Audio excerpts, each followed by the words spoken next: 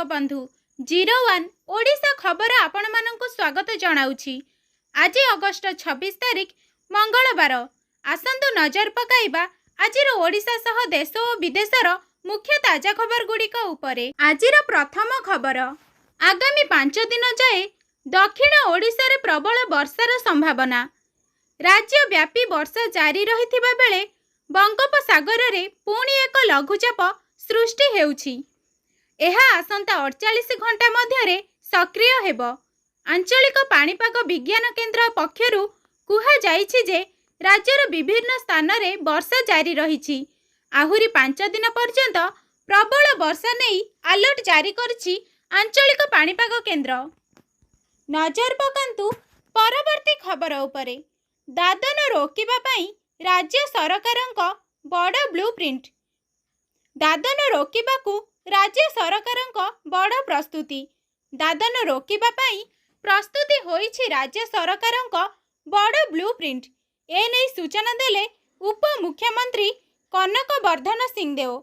आज दादन रोकिबाकू नहीं उप मुख्यमंत्री केवी सिंहदेवଙ୍କ अध्यक्षतारे बसिथिला बैठक।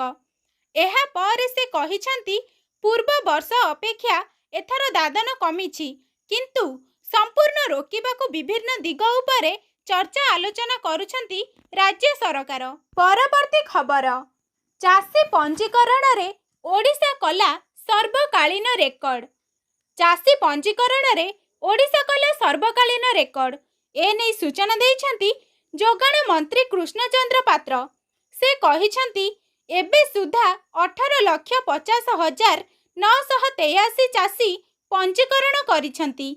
आज राति 12टा पर्यंत चाषी पंजीकरण अवधि रहिछि। मंत्री आउ मध्य कहिछंती राज्य रे चलित आर्थिक वर्ष रे चाषी पंजीकरण जारी रहिछि। आजिर परवर्ती खबर, काली दिल्ली रे बसिबो ओडिशा कांग्रेस पई बैठक। चयन हेबो जिला सभापति। आसंता काली ओडिशा कांग्रेस पई दिल्ली रे हेबाकू जाउछि बड़ बैठक। राहुल गांधी अध्यक्षता रे अनुष्ठित हेबो बैठक। एही बैठक परे जिला सभापति बाछिबे। एही बैठक रे जोग देबे पीसीसी सभापति भक्त दास। तांको सह बैठक रे अजय लुलु और रामचंद्र काडामंक समेत संगठन सृजनर 35 जन सदस्य मध्य सामिल हेबे। दिल्ली रु आसिला परे कांग्रेस जिला सभापति चयन हेबो बोली आज सूचना देइसंती पीसीसी सभापति भक्त दास। आजिर परवर्ती खबर, पाटना रु पुरी चलिबो साप्ताहिक पूजा स्वतंत्र ट्रेन। पाटना रु पुरी को संजोग करिबो साप्ताहिक पूजा स्वतंत्र ट्रेन।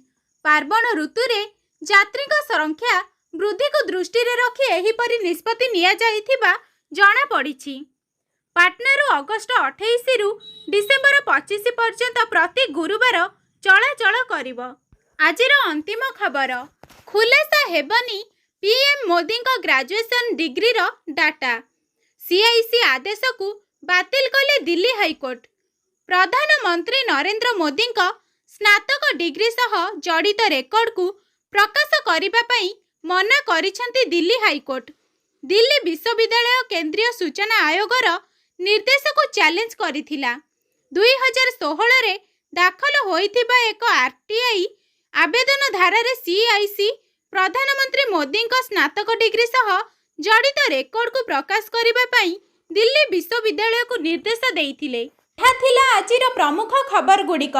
प्रतिदिन एही भली लेटेस्ट अपडेट पाइबा पई आम चैनल 01 ओडिशा खबर को सब्सक्राइब करंतु, वीडियो को लाइक करंतु, शेयर करंतु एवं कमेंट माध्यम रे जय जगन्नाथ जणांतु। आपनक दिन शुभमय हेउ। धन्यवाद।